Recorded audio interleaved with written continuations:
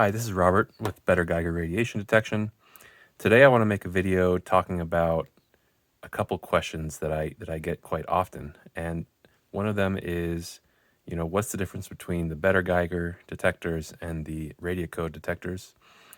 And I measured this with a Better Geiger and that with a RadiaCode. Why is it different?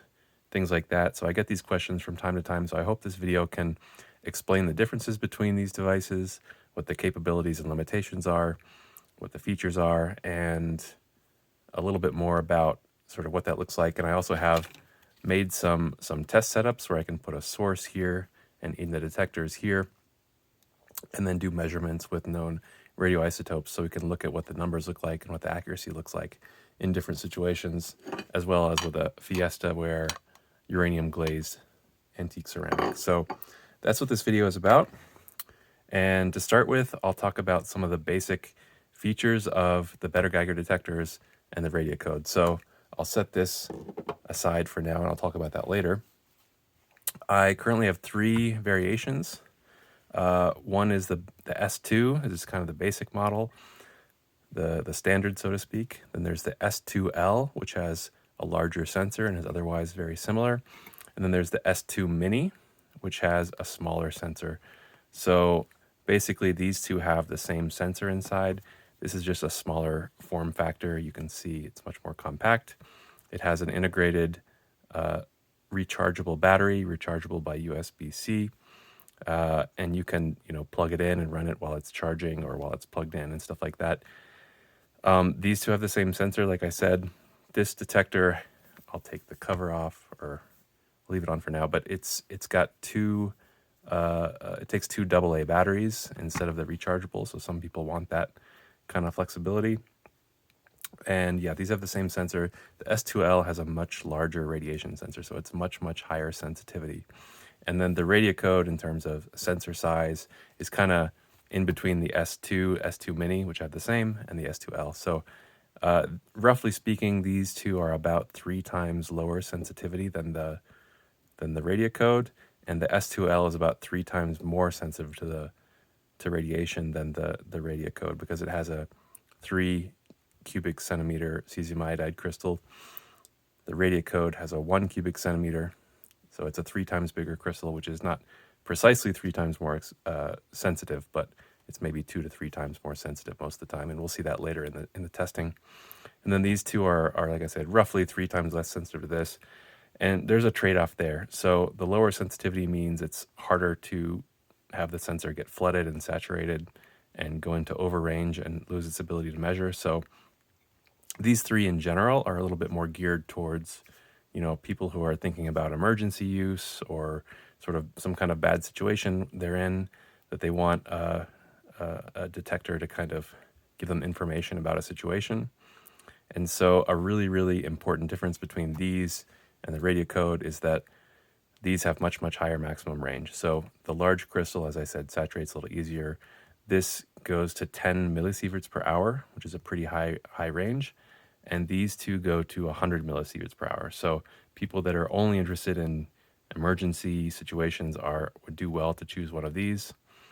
And this is still fairly capable, but not as high maximum range. But it has the much, much higher sensitivity. So this is more popular if you're looking to look for antiques that are radioactive or radioactive minerals or things like that.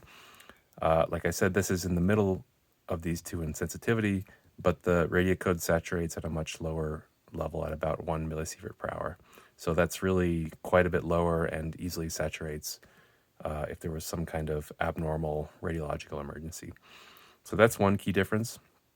The other is the RadiaCode has Bluetooth connectivity and an app, so you can connect it to your phone, you can record information, you can put it on a map, you can also get spectrum information, so gamma spectrum from the RadiaCode, and that's not something that these are capable of doing. So those are definitely important features if you're trying to do more advanced types of things with the detector. But like I said, I think that's a few of the very key features. I think, others are less critical. You can look at them and think about details however you want, but this has 6 buttons instead of sort of 3. I think this one has a simpler menu and a simpler interface, and a little bit easier to just jump in, use right away. Whereas the RadiaCode has some more complexity and features, but it also has, I would say, a slightly less simple interface. It does have the phone app with a lot of functionality. So, skipping a lot of details here, I think those are some of the key differences between these devices. And the price, these two are $149 retail. The S2L with the larger sensor is $199, so about $150 and $200, and then the RadiaCode is a little more expensive at, I think it's $265 currently, but you'd have to, check for yourself to see what the current price is. But it's a little more expensive. The displays are slightly different. These are OLEDs, so they're always in the bright mode. That causes the battery to last a bit less. These are, roughly 50 hours or so. I think the RadiaCode is 100 and something, so it lasts quite a bit longer on the battery. So that's another difference. These are made and designed and assembled and calibrated and all that in the U.S. So I'm a U.S.-based small business. The RadiaCode was made by a Russian company, which was after all the sanctions and everything. They somehow moved their operations to Cyprus, so they sell it now within the EU, and they kind of market it as an EU product. But it's a Russian business that's brought this to the market originally. So, if that matters to you or not, I don't know, but that's a little bit more background about the products. Yeah, so I covered the max range and the spectrum and the other things. I think those are kind of the main features and differences to be aware of. Like I said, the form factor. So the Mini is, roughly kind of more or less comparable in size, and the S2L are a bit bigger, but they also come with the rubber shock protector and stuff like that. So it's fairly rugged devices, and I think these two are a little bit better sealed against dust and moisture, because without the cutout for the charger and around the bezel and stuff like that. But anyway, that's kind of big picture, some of the differences between the two. For now, I'm going to put these aside and compare a little bit more in detail about how these two handle different situations, measurement situations, and measuring radiation dose. So yeah, for now I'm going to take off this rubber shock protector, and basically what I've done is 3D printed some holders. So this basically sits there. This one holds the RadiaCode, and then this holds a sort of more professionally oriented device, and this has an energy compensated Geiger tube. So it's a traditional Geiger tube. These two have scintillators inside, and so slightly different. These are lower cost. They're marketed to sort of non-professionals. This is more of a professional device. They're quite expensive new, but you can sometimes find them pretty reasonably on eBay. And they're very capable for measuring dose, and they're very robust, and they're very simple. They don't have some bells and whistles that some of these scintillators have. It's much lower sensitivity. I mean, there are a lot of differences, but I just wanted to have sort of a third reference point for showing some of the results and the test results, to kind of see how another device performs compared to these two. Sort of a more professional one for measuring dose compared to the two scintillators that are marketed at a much lower price point. So like I said, I have these 3 holders, and they fit in there, and then the distance from the center of the sensor to what will hold the disk sources, the radioisotope sources, is exactly 5 centimeters. And same thing here, 5 centimeters. Same thing here from where the center of the tube is, 5 centimeters. So these are, I think, pretty repeatable, simple test setups where I can put different known radiation sources in these holders, and then I can check the dose rate. So as you see here, this is a cesium-137 source, and I'll show the full, I'll talk about the full results in a minute. But you see here just an example, 10.3 microsieverts per hour, 10.2, 10.5, jumping around a tiny bit, but it's 10 point something with this cesium source. So that would be one example measurement. And in reality, I was doing it with the mode which says since power on, and it measures average dose rate, average count rate, and I can reset that and start it over when I have the source there, and then let it run for a couple minutes or less and see a really accurate number because it's kind of averaging over time. So that's generally how the tests were done. I did a similar thing on the app with the RadiaCode, so I could let it measure for a couple minutes with each source, and then get a good kind of average value that's not jumpy. You see, if I do the same for the RadiaCode, you'll see it's, if you just look by eye, it's kind of jumping around a bit, quite a bit. And if you use the app, you can get kind of an average value for these kind of, more systematic tests and not just carrying it around checking readings. This one I couldn't do that as easily, so I just sort of looked by eye and watched the number jump around a little bit and tried to take a sort of average value based on sight. So that's the 3 setups for the 3 detectors. And I used mainly 4 different sources. That's cesium-137, which is about 662 keV. That's a very common source. Cobalt-157, the main gamma line, is 122 keV. So that's a much lower energy, and we'll talk about that in a minute, what that means. Cobalt-60 is roughly 1.125 MeV. So it's 2 lines that average to about 1.125 MeV or 1,125 keV. And so that's basically a higher energy source. And then europium-152 is a source which is used for, different things because it has a lot of gamma energies it emits. So it emits a lot of different gamma energies that are useful for calibrating a gamma spectrometer to see the different energies and stuff like that.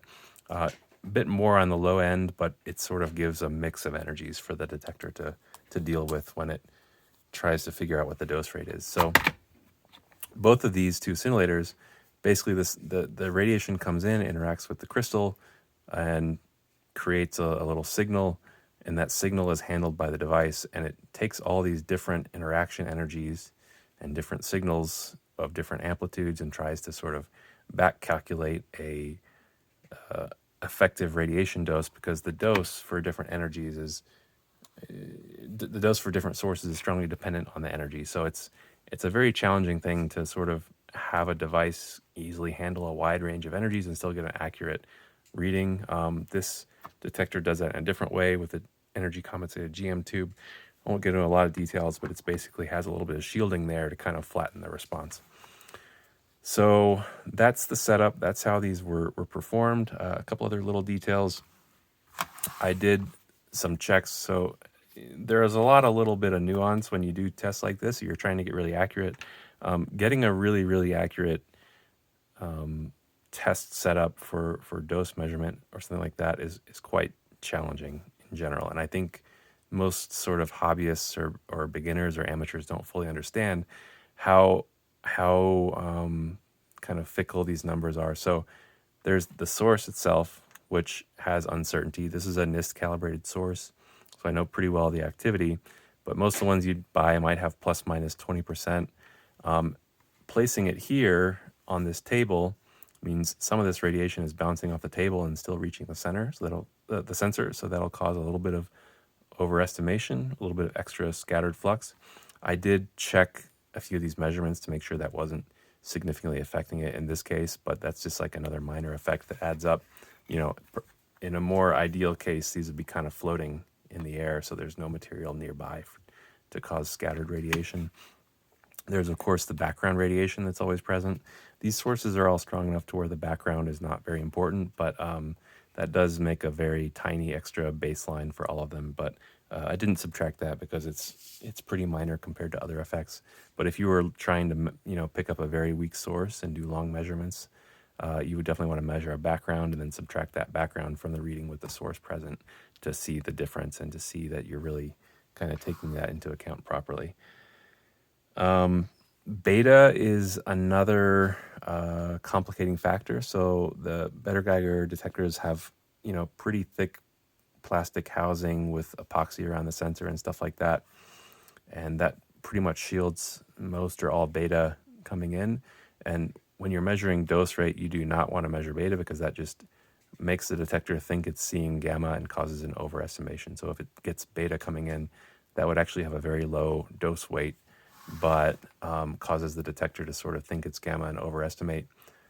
So that I checked as well. And by the way, I did check the calibration of this RadiaCode. So I looked at the cesium-137 662 keV gamma line and made sure that it was where it's supposed to be within maybe 2% or so.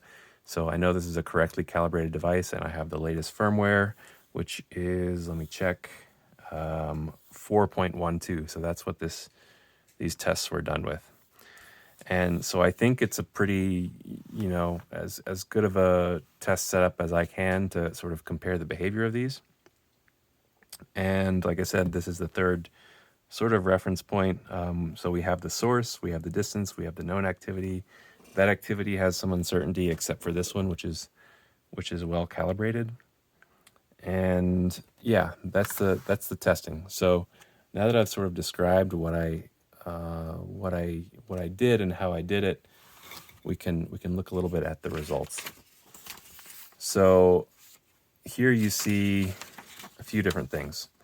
So this is the theoretical, this is the activity, and here's the theoretical dose rate at a distance of 5 centimeters. So I took this isotope and I took the activity, which is known based on, the reference date and the half-life, calculated the activity as of the time of the measurements.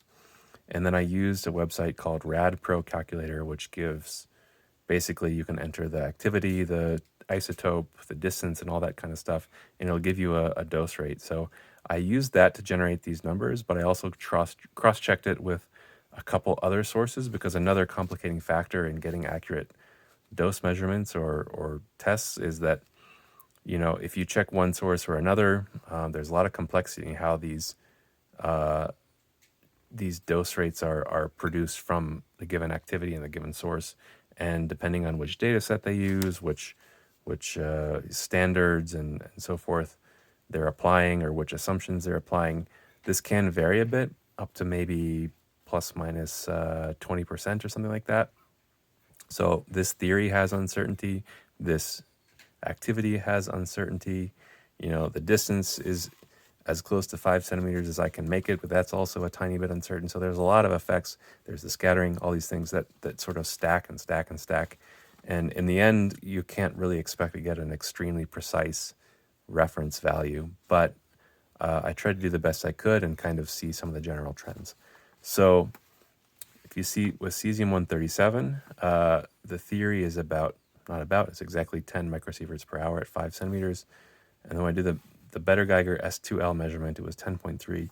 That's not a surprise, because this is the energy used for one of the calibration points of this detector. So that's kind of expected that it agrees well. The RadiaCode 102 with the 5 centimeter gave 13, so a little bit higher, but with all these factors, it's not real far off. The MRAD 113, this yellow guy, 12.1, so also a tiny bit high, but I would say, one of the themes of this video is when you're measuring dose rate, don't be too stressed about minor fluctuations. That can be explained by a lot of complicating factors. So cesium-137, everything did pretty well. And now the most interesting one of this is the cobalt-57, which, as I said, is a 122 keV gamma line. So this is 662, this is 122, so a much, much lower energy.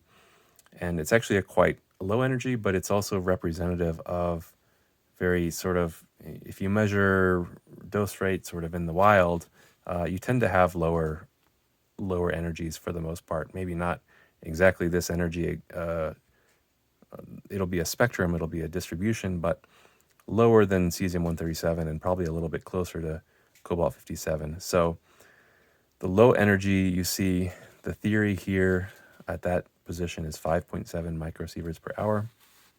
The better Geiger S2L measured 6.9, so maybe, 15-20% above, not too bad. The MRAD 5.3, that's a tiny bit low, but pretty close. The RadiaCode 102 measured 17.6 microsieverts per hour. And so that's a really big difference. It's about 3 times higher than the theory. And this is basically a theme I've seen, is that with lower energies, the RadiaCode, as the current firmware and the current algorithm that it uses, tends to overestimate low energies. And so people will write me and say, I measured this, I measured that, which is right. Well, I hope this test convinces people that just because it shows that number, it doesn't necessarily mean it's the truth, and it might be that it's overestimating a bit. And the S2L or some other device might be closer, but you have to be very careful with its capabilities. So this is an energy compensated Geiger tube, whereas if you use a very cheap one, which is not energy compensated, you might also get some very strange numbers. So that's the results for Cobalt 57, European 152, Theory 1.7, Beta Geiger S2L 2.1. Again, the RadiaCode is about close to double the value, because as I said, most of the energies here are lower, but it's kind of a mix. So it's not overestimating as much, but because the energies are lower, it seems to me, because the energies are lower, it's overestimating again. The MRAD 113, also a little bit high, and this device also can have some significant uncertainty depending on energy, because it's a fairly simple energy compensated Geiger tube. So it's not going to be perfectly accurate at every energy, but it's going to be within some margin of error. Just like the S2L has a officially defined is plus minus 30% across the energy spectrum, and I don't know the RadiaCode's stated uncertainty, but it's probably less than what this test shows. Cobalt 60 is a higher energy source, so as I said, about 1250 keV, so higher than these other ones. And theoretical dose rate for this source, 3.6 microsieverts per hour.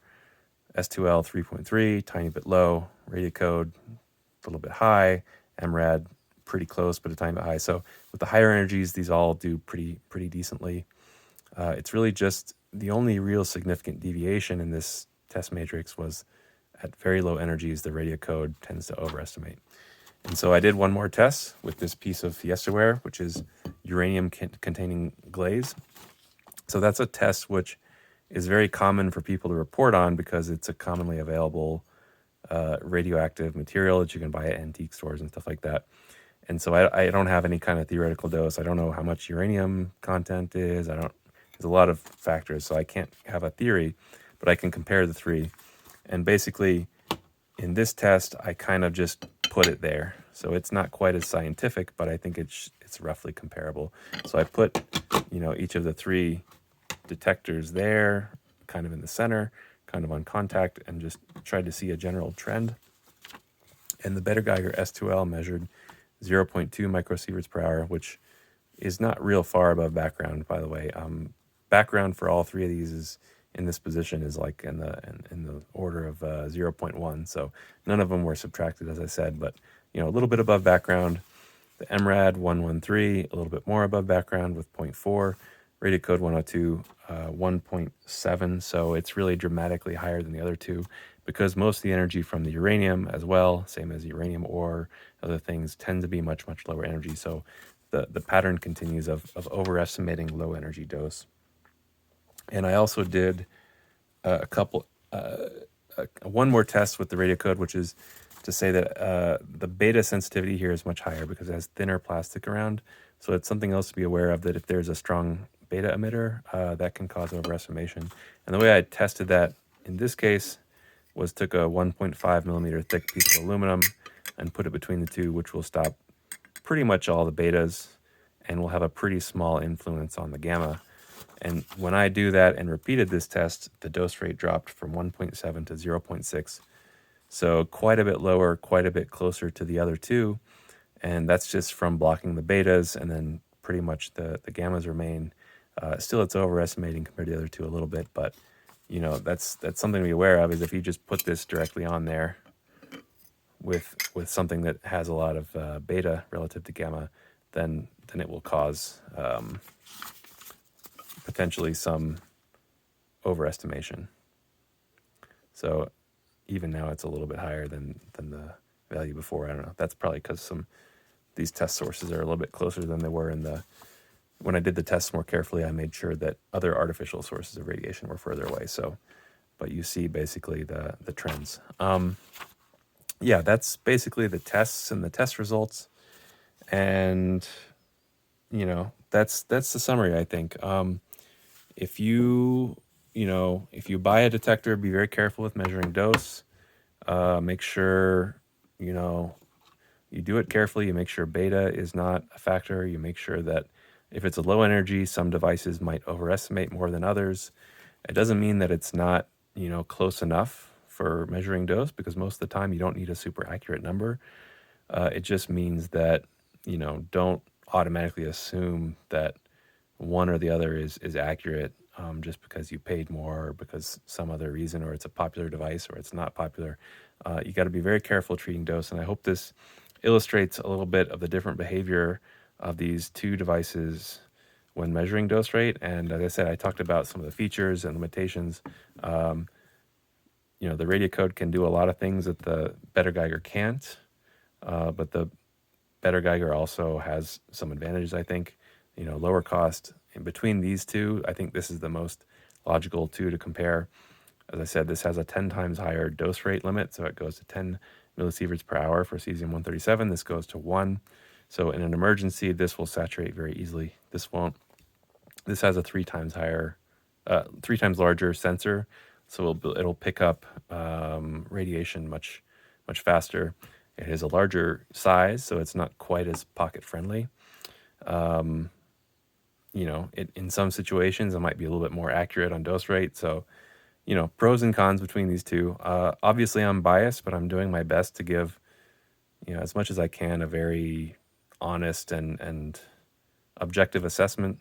But yeah, that's basically my video. That's what I wanted to show, is some comparisons between these and this, with an extra, bonus third category, and basically, have a more detailed answer to some of the questions I get, so that, if someone asks me this in the future, I can hopefully refer them to this video and give a more thorough, detailed comparison between these things. So I hope that was interesting and helpful. Please, give me a comment or send me a message on my website if you have any further questions or want to know more about this. I'd be happy to communicate, whatever I can, if there are further questions or interests. And if you like this video, be sure to share it with other people that might be interested, because I make this content. The more attention it gets, the more interest it gets, the more I'm going to make. So if you like videos like this, I have some other educational videos on my channel that are more like explaining some physics and measurement techniques and things, and I hope to have more of that on the way. But it takes time, but the more interest there is, the more attention there is here, I'll certainly prioritize that more. So if you have some ideas for future videos, please let me know. I'd love to hear suggestions, and thanks a lot for watching.